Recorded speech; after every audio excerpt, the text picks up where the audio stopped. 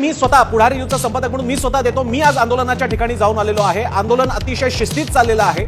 आंदोलनामध्ये कोणताही राडा चाललेला नाही.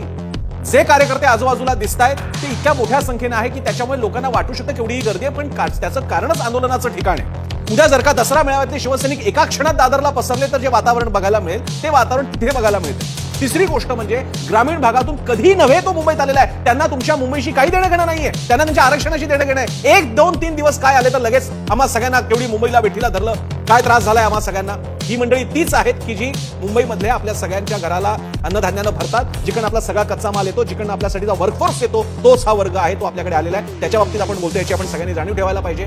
आणि जे काही घटना घडलेल्या आहेत त्या इतक्या अपवादात्मक आहेत की त्यामुळे आंदोलन हातून निसटलं. म्हणजे अन्य कुठल्या साध्या व्यक्तीपासून ते छगन भुजबळांपर्यंत सगळे म्हणतायत काय झालेले वगैरे, जणू काय तालिबान अवतरली की काय, असं चित्र नाही. हे मी जबाबदारीने सांगू इच्छितो. मी पुढची गोष्ट म्हणजे ती घटना ही इतकी मोठी करून दाखवली जाते की जणू काही तालिबान अवतरलंय. म्हणजे छत्रपती शिवाजी महाराज टर्मिनस आणि आझाद मैदानाच्या बाजूला घोड्यावरती बसलेले तालिबानी बंदुका घेऊन जात आहेत की काय, असं चित्र तयार केलं जात आहे. असं नाहीये. तिकडे आजही रेल्वे वगैरे व्यवस्था सुरू आहे. जेवढा ताण यायचा तेवढा आलेला तेवढा येत नाही का आपल्याकडे? यापुढे आपले कार्यक्रम झाले नाहीत का? आझाद जेव्हा दिल्लीच्या जंतर मंतरवरती अण्णाद्रेंचं आंदोलन सुरू होतं तेव्हा नव्हता का ताण आला त्यांच्यावरती? सगळ्यांनी कव्हर केले, त्याचे पण अनुभव आहेत. ही मंडळी त्यांच्या गरजांसाठी आलेले आहेत तर ते पण आले नसते, त्यांचं काही म्हणणं नाही. त्या मांडणीसाठी ते आलेले आहेत आणि ते मुंबईत नाही येणार तर कुठे येणार? याच्याद्वारे त्यांनी आपला हक्क दाखवलेला आहे की आमची